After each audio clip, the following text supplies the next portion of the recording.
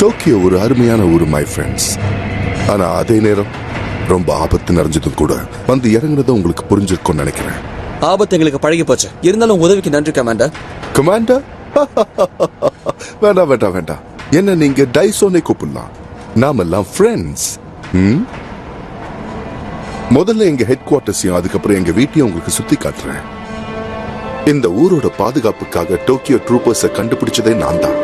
நாங்களும் கிட்டத்தட்ட உங்களை மாதிரி தான். ஒரே வித்தியாசம், நாங்க சின்ன பசங்க இல்ல.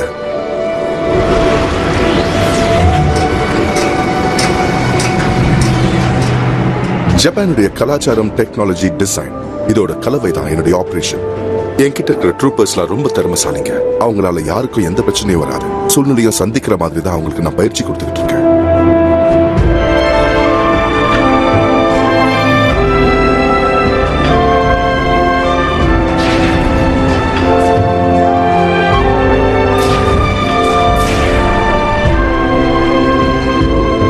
என்னுடைய அட்வான்ஸ்ட் கமாண்ட் சென்டரால டோக்கியோல இருக்கிற குற்றங்கள் 200% குறைஞ்சிருக்கு. பிரமாதம் இல்ல?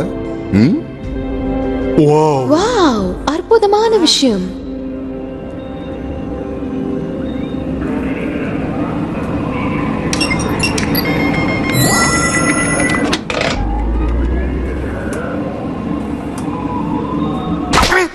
இங்க இருக்கிற எதையும் தொட உனக்கு அதிகாரம் இல்ல.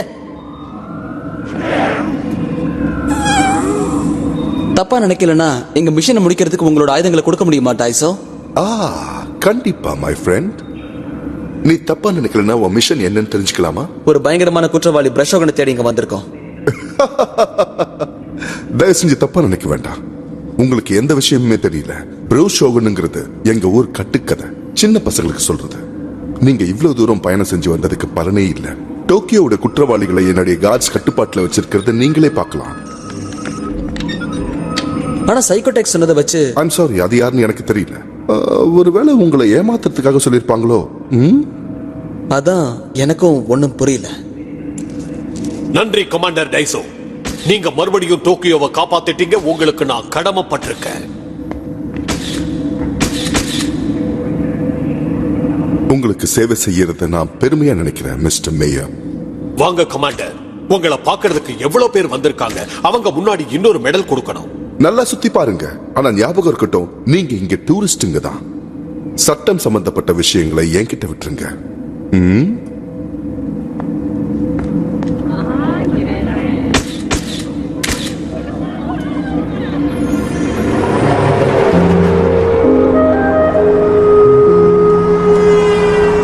அப்படின்னா நாம இங்க வந்தது சுத்த வேஸ்ட்னு சொல்றேன். அதான் எனக்கும் புரியல.